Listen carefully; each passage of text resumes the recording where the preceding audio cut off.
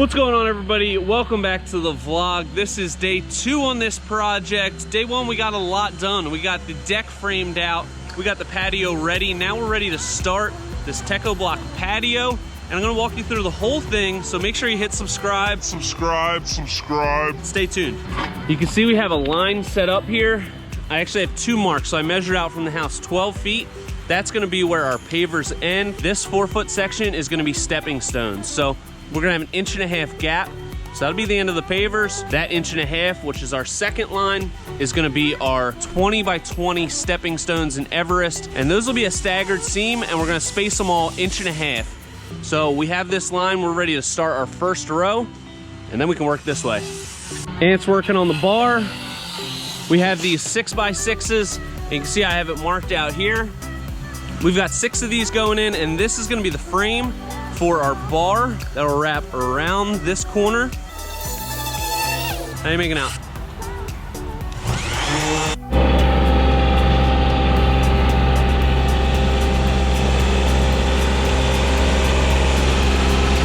Here they are, Everest in grade nickel. You can see we have these 20 by 20s. We have all 3 sizes going in here. We're gonna start with these stepping stones.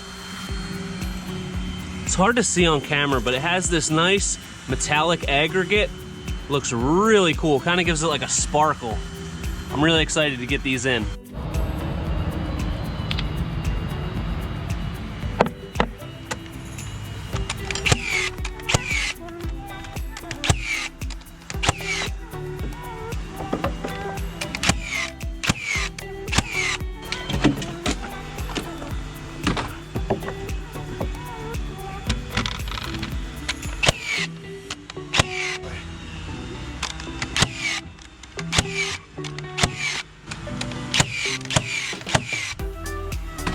Blocking all the way around these 6x6 posts.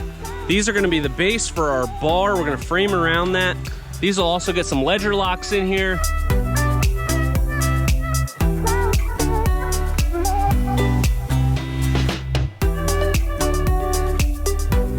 We've got most of our stepping stones in here, and you can see we have this 1.5 inch gap that's gonna be filled with river rock. This is over our 3/4 clean stone base.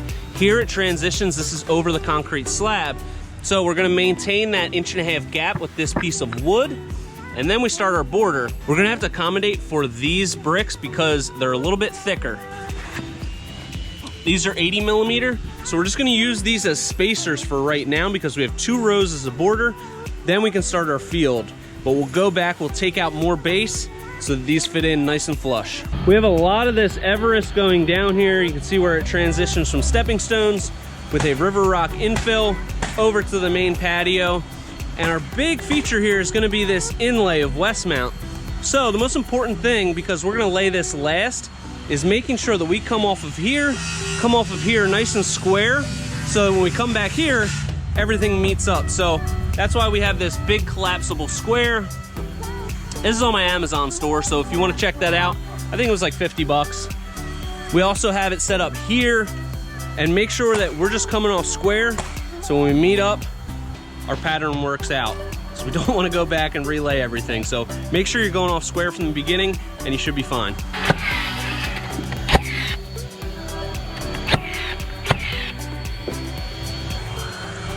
Locked in for justice. Well, I ain't going nowhere. We're starting to make this turn to close in this inlay. I've placed this collapsible square right in the corner, so I can go off of that. We were square off of here, we're square off of there. We should meet up perfectly with that and not have any weird pieces in between. Then we can start on this inlay.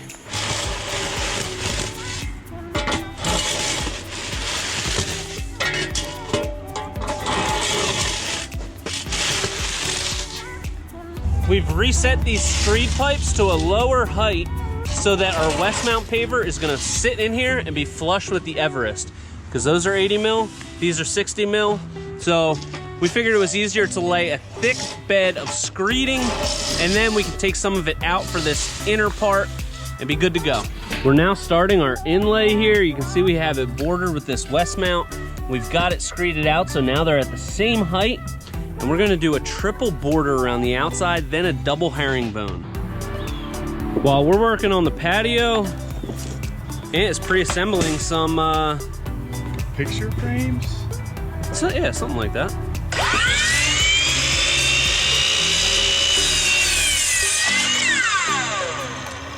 So Ant's gonna pre-assemble these. These are for those lattice panels that I showed you in the last video. He's cutting all of these. We've already got the shorter legs here. So these are gonna get all pre-assembled, Craig jigged together, and then they'll go right on top. Once they're pre-assembled as one piece, we can install it around the outside here. That is gonna look really cool with this, just trim it out really nicely. It's also gonna hang over the inside, so it's gonna help hide our LED lighting, and it's just gonna glow.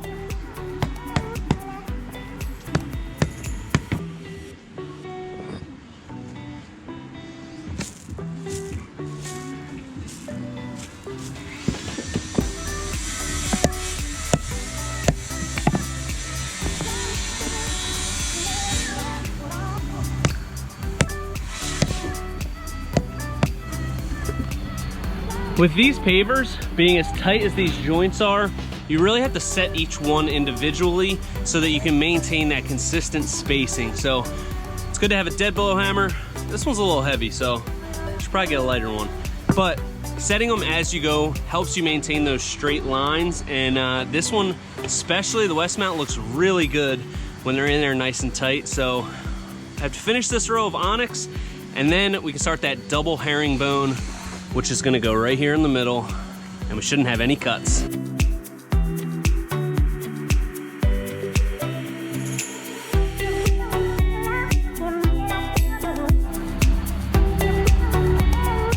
Look at that, looking beautiful.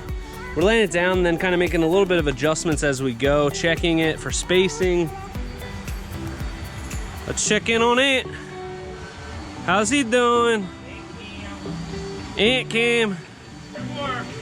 Two more. Oh, look at that. Pocket screws. Let's get a little footage on him installing one of these here.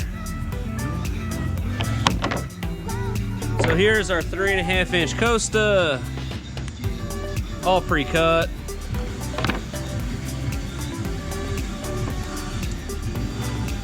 How come we can pre-cut these, Ant? Because we have a dedicated side. So we've already planned it out. Planned it out, that's it. Putting on the 2P10 activator. This stuff, I have no clue what the hell it is, but it works really well. We've found this to work the best so far with these mineral-based composite boards.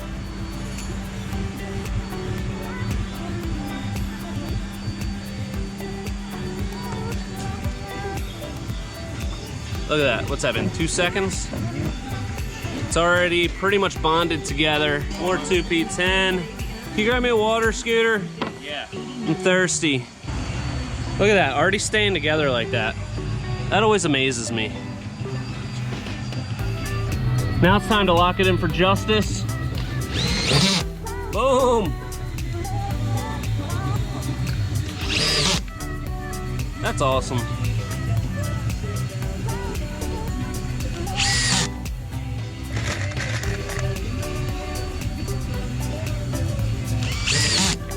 Beautiful.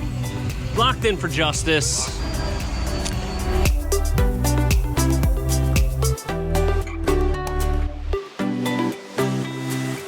We got our inlay all finished up here. Look how beautiful that is. Look at these pavers. West mount, chestnut brown, HD2 plus, inline sealed. Freaking awesome. I'm super excited about it. Best thing about this, look at our whole perimeter. We've got the Everest and the West mount. These aren't modular. They're not really supposed to, well, they're not designed to work together, but you can see we have full pieces on this corner, full pieces here, full pieces here, full pieces here. There's no cuts around the inlay. How did we do that? Did we just get super lucky? Did we figure it out? What happened? I'll tell you what happened.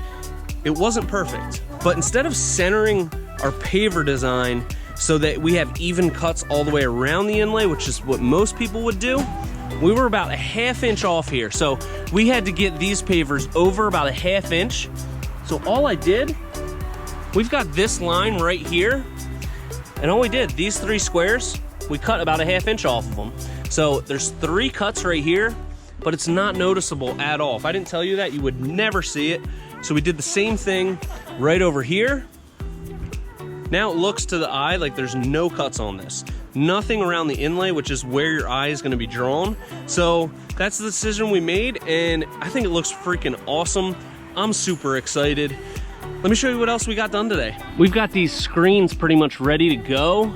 Ant pre-assembled all of these with pocket screws and 2P10 glue. So these things, no screws on the front, and look how nice they look. These are gonna be awesome once we get the lighting inside. I'm pumped. Bar is all framed up here. Pat got the stain on all of our nailers so we can start trimming this out. And then those privacy screens are gonna go on here, backlit. It's gonna be awesome. We have our Pergola ledger board up. We've got our hangers pre-installed on there. Look at that. We've even got flashing up there. Even though there's about a 2-foot overhang, we still wanted to put some flashing. I don't know how water would ever get up there, but Ant was pretty keen on it, and I ain't gonna argue with that. The only spot where I could see water getting in is over in this corner, so it's good to have it on there. No water is ever gonna get behind that. So that's pretty much it for day 2. We got a lot done again today. Pavers are pretty much all done. Now we can start on some of the trim on the deck, along with some of the landscaping that we have here. So it's still gonna be tough to get this done in 5 days, but I think that we can do it. So make sure you hit subscribe, stay tuned, and until next time, this is Premier Outdoor Living.